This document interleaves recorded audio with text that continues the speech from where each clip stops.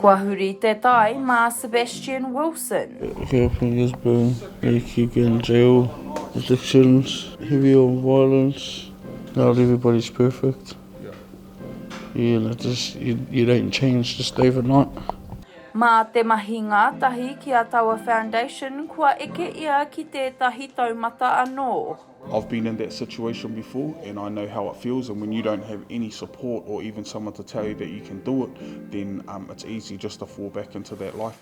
Tawa Foundation was built from my husband and I's lived experience, and where we have come from having both lived, in a lifestyle with like gangs and drugs and violence.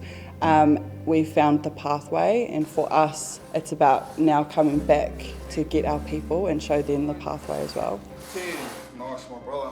I tīmata tēnei tō pūtanga i tērā tau.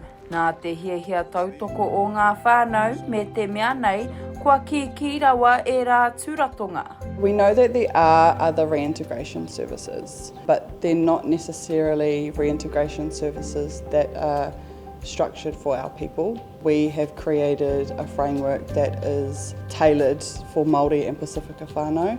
Ko te mahi kuti makawe me te whakapakari tinana e tahi wāhanga o te kaupapa nei. Mā tērā ka akona e ngā tāngata nei e tahi pūkinga hei āwhina i a rātau anō. We want to have at least 5 or 6 navigators because our caseload is so heavy at the moment that my husband and I can't do that all on our own.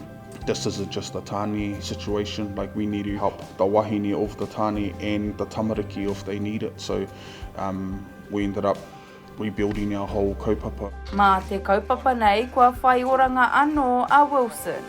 It just made me, realise things better. Yeah. Because they give me better understanding. Ko te tūmanako ka haere tonu te kaupapa nei hei ngā rā ki tua. Halle Taite-Pitama, Tahu News.